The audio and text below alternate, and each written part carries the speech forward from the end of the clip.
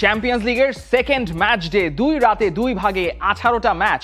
Big ম্যাচগুলোর মধ্যে কোনটা ছেড়ে কোনটা দেখবেন সেই সিদ্ধান্ত নিতে সাহায্য করবে আমাদের মঙ্গল এবং বুধবার এবং বৃহস্পতিবারের চ্যাম্পিয়ন্স লিগের মেগা প্রিভিউ। দেখে নেই চ্যাম্পিয়ন্স লিগের মঙ্গল বুধবারের ম্যাচগুলোর প্রিভিউ এবং হালকা প্রেডিকশন।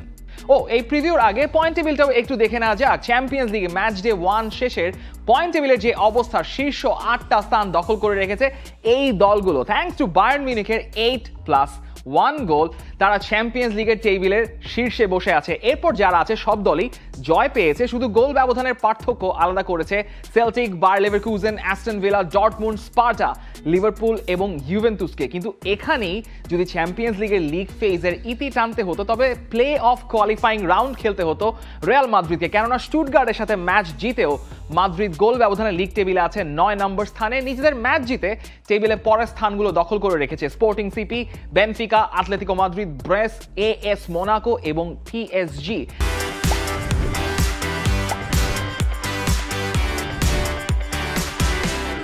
নিজেদের ম্যাচটা ড্র করলেও 16 নম্বর স্পটটা অকুপাই করে রেখেছে আর্সেনাল একটা পয়েন্ট নিয়ে। 17 থেকে 24 নম্বরের প্লে অফ কোয়ালিফাইং স্পটে গিয়ে আপনি খুঁজে পাবেন আরও বড় বিগ গানসদের। 23 সালের চ্যাম্পিয়ন ম্যানচেস্টার সিটিকে আপনি খুঁজে পাবেন 20 নম্বর স্থানে। ঠিক তার উপরে আবার সেই সিজনের রানার্স আপ ইন্টার মিলান 17 এবং 18 নম্বর স্পটে আছে আতালান্তা, বোলোনিয়া। নিজেদের ম্যাচ হেরেও প্লে অফ কোয়ালিফাইং রাউন্ডের স্পটে বার্সেলোনা আছে 22 নম্বরে, এরপরই আছে আরবি লাইপজিগ। এই স্টেজের শেষ স্পটটা ধরে রেখেছে স্টুম গ্রাস। টেবিলের এরপরের 12টা দল অর্থাৎ 25 থেকে 36 নম্বর স্পট হচ্ছে এলিমিনেশন স্পট। সেখানে আছে এসি মিলান, জিরোনা, পিএসভি, ফাইনুর্ড, লিল, স্টুটগার্টের মতো দলগুলো। সবচেয়ে বেশি 9 গোল খেয়ে সবার শেষ স্পটটা দখল করে আছে দিনামো জাগ্রেব। এই সপ্তাহের চ্যাম্পিয়ন্স লিগের অন্যতম ব্লকবাস্টার ম্যাচ এমিরেটসে আর্সেনালের টার্ফে পা রাখবে লুইস এনরিকের পিএসজি। পিএসজির জার্সিটা দেখে মিকেল আর্তেতা হালকা একটু নস্টালজিয়া ভুগতে পারেন, কারণ 18 মাসের জন্য বার্সেলোনা থেকে ধারে তিনি 2001-2002 সালে এই পিএসজিতেই তিনি কাটিয়ে এসেছিলেন। 53 ম্যাচে পারিসিয়ানদের জার্সিতে তার 5 গোল আছে। কিন্তু আর্তেতা এখন যেরকম মানুষ, যেরকম মুডে আছেন, তিনি এসব পুরনো স্মৃতি 2 পয়সা দিয়েও পাত্তা দিবেন না। আর্তেতার মুড এই ভালো তো এই খারাপ, কারণ লিগ টেবিলে তিনি এখন বসে আছেন 3 নম্বরে। সিটির সঙ্গে ম্যাচটা কোনোভাবে ডার্ক আর্টস কাজে লাগে, জেতা তো যায়নি, তবুও তার সন্তুষ্টি কিছুটা হলেও আছে, কারণ মুড একটু ভালো, কারণ লেস্টারকে একদম ম্যাচের শেষে আরও 2 গোল দিয়ে 4-2 স্কোর লাইনে হারানো গেছে এই চ্যাম্পিয়ন্স লিগের ম্যাচটার আগে। আর চ্যাম্পিয়ন্স লিগের প্রথম ম্যাচটা তো দাভিদ রায়া যেই ভেলকি দেখালেন, রেতিগের পেনাল্টি, তারপর তার রিবাউন্ডটা ঠেকিয়ে দিয়ে পিএসজির ফরওয়ার্ড লাইনের এগেনস্টে রায়া আরেকবার দেয়াল হয়ে দাঁড়াতে প্রস্তুত আছেন। অন্যদিকে আর্তেতার আবার স্প্যানিশ কম্প্যাট্রিয়েট লুইস এনরিকে, আরেক সাবেক কুলে কিন্তু আবার খুবই এক্সেন্ট্রিক একজন মানুষ এই ভদ্রলোক। তার যে সাম্প্রতিক ডকুমেন্টারিটা রিলিজ পেয়েছে সেখানে এনরিকের যে ক্যারেক্টারিস্টিক সেটা কিন্তু আর্তেতার ক্যালকুলেটিভ ডিমিনার থেকে অনেক আলাদা। এই মৌসুমের শুরুটা অবশ্য এনরিকে করেছেন বেশ রিল্যাক্স, এই হালকা চালে। কিলিয়ান এমবাপের বিদায় নেওয়ার পরও লিগ টেবিলে শীর্ষস্থানে থাকাটা পিএসজির জন্য একদমই নড়চড় হয়নি। In fact Bradley বারকোলা is making a name for himself specifically in this early part of the season. 6 ম্যাচে 6টা গোল করেছেন।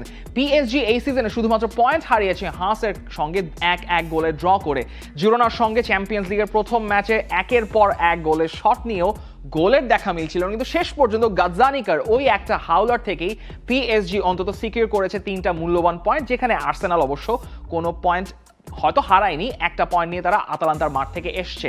হেড টু হেডের বিচারে ইউএফা কম্পিটিশনে মাত্র 4 বার দেখা হয়েছে আর্সেনাল পিএসজি। শেষবার যখন দেখা হয়েছিল 2016-17 সালে, তখন কাভানি সিলভা আর সানচেজ জিরোরা খেলতেন এই 2 দলে, মানে কাভানি সিলভা খেলতেন পিএসজিতে, সানচেজ জিরো খেলতেন আর্সেনালে। গ্রুপ পর্বে 2 লেগে অবশ্য ম্যাচটা ড্র হয়েছিল। পিএসজি আরেকবারও আর্সেনালকে হারাতে পারেনি এখন পর্যন্ত এই 4 দেখায়। আর আর্সেনালের একমাত্র জয় 94 সালের সেমিফাইনালে কাপ উইনার্স কাপের সেমিফাইনাল সেকেন্ড লেগে। তবে এইসব হিসাব কিতাব দূরে সরিয়ে রাখুন, কারণ বুধবারের আর্লি রাতে একটা মাউথ ওয়াটারিং টাই আপনাদের জন্য অপেক্ষা করছে এই আর্সেনাল এবং পিএসজির ম্যাচে। এমনিতেই সান সিরোতে লিভারপুলের কাছে 1-3 গোলে প্রথম ম্যাচে হারার জ্বালা তো আছেই এসি মিলানের। আবার বে অ্যারেনাতে ডাগ আউটে ওই মিরাকল অফ ইস্তানবুলের আরেক নায়ক সাবেক অলরেড শাবি আলোনসোকে দেখলে রসনেরিদের আরেকবার পিটিএসডি শুরু হলেও হয়ে যেতে পারে। তবে at this point all good in Lombardi, মানে এসি মিলানে শেষ 7 দেখায় প্রথমবারের মতো দেরবি দেলা মাদোনিনাতে হারানো গেছে ইন্টার মিলানকে। শেষ ম্যাচে মোরাতা, পিউলিসিক, এর্নান্দেজরা লেচেকে উড়িয়ে দিয়েছেন 3 গোলে। ফনসেকাও এখন তার চাকরি নিয়ে একটু হাঁপ ছেড়ে বেঁচেছেন, সেটাও আপনি বলতে পারেন। কিন্তু কে বলবে কয়েকদিন আগেই সমালোচনার ঝড়ে উড়ে যাওয়া এই ফনসেকার দলই এখন সেরিয়াতে সবচেয়ে বেশি গোল করা দল। কিন্তু when it comes to the elite champions league, মিলানের সবশেষ রেকর্ডটা আবার একটু নড়বড়ে। আগের মৌসুমেও নেমে যেতে হয়েছিল ইউরোপা লিগের গ্রুপ অফ ডেথ থেকে। এই এলিট লেভেলে শেষ 32 ম্যাচে মিলানের জয় মাত্র 9টা।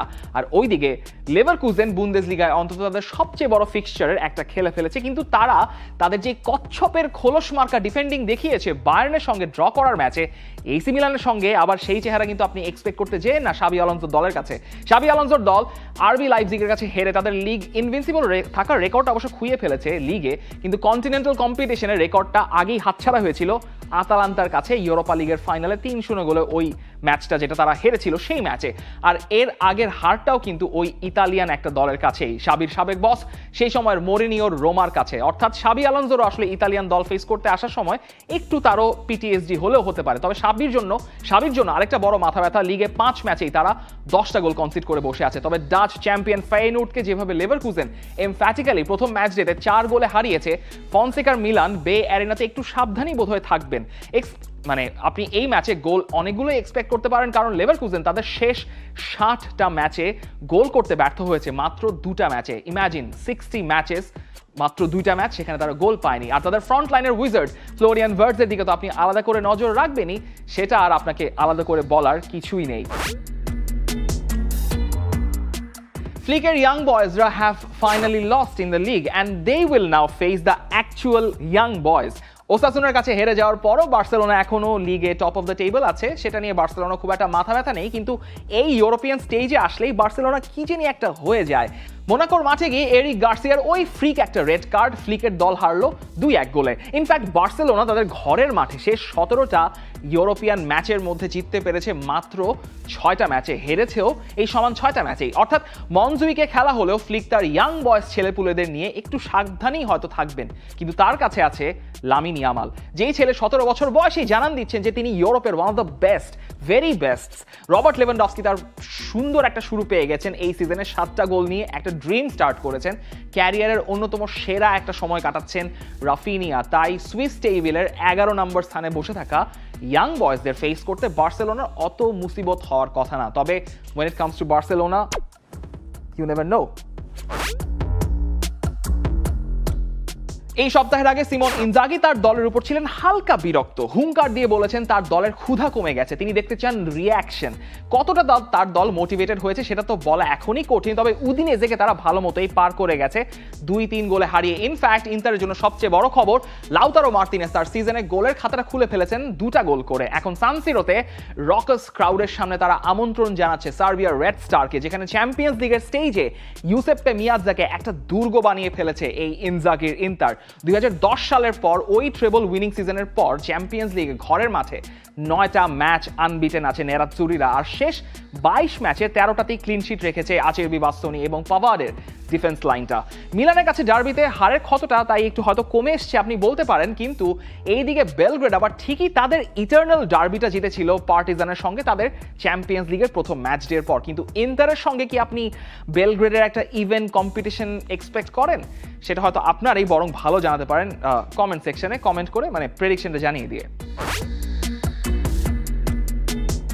ইনজুরি যে কোনো দলের জন্য একটা বড় দুঃসংবাদ, কিন্তু রদ্রির ইনজুরি সম্ভবত ম্যানচেস্টার সিটির জন্য এতটাই বড় দুঃসংবাদ যে সেটাকে আপনি বিপদ সংকেতের স্কেল ভেঙে ফেলে বলতে পারেন পেপ গুয়ার্দিওলার জন্য এখন 11 নম্বর মহা বিপদ সংকেত চলছে। এখন আপনি হাতের আঙ্গুল যদি করে গুণে হিসাব রাখতে পারেন, তবে রদ্রিগে ছাড়া ম্যানচেস্টার সিটি তাদের সিজন কিভাবে সামনে আগে সেটা আপনি গোনা শুরু করতে পারেন। সেটা হচ্ছে নিউকাসলের সঙ্গে তারা একটা ড্র করে সেই ম্যাচে তারা জিততে পারেনি, যেখানে তারা রদ্রিকে পায়নি। অর্থাৎ রদ্রি তো সেই ম্যাচ থেকেই ছিটকে গেছেন, মানে আর্সেনালের ম্যাচের আগে থেকে ছিটকে গেছেন এবং সঙ্গে ছিটকে গেছেন তারা লিগ টেবিলের শীর্ষস্থান থেকেও।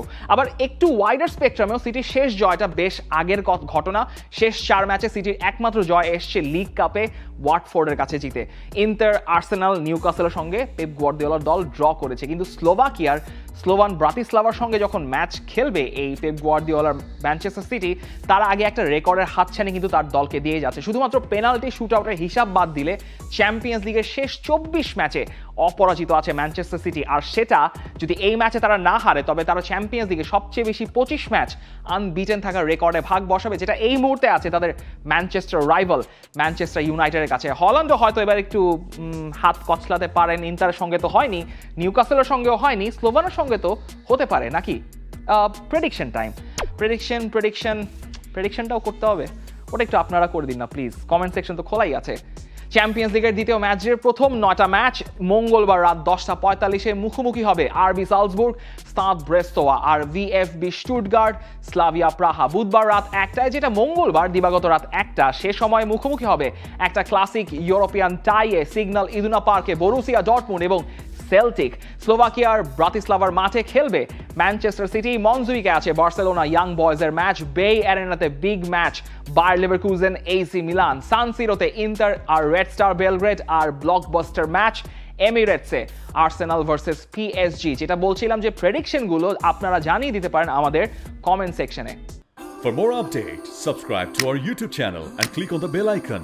Follow us on Facebook and Instagram. Download T-Sports app to enjoy exciting games and highlights. Visit tsports.com.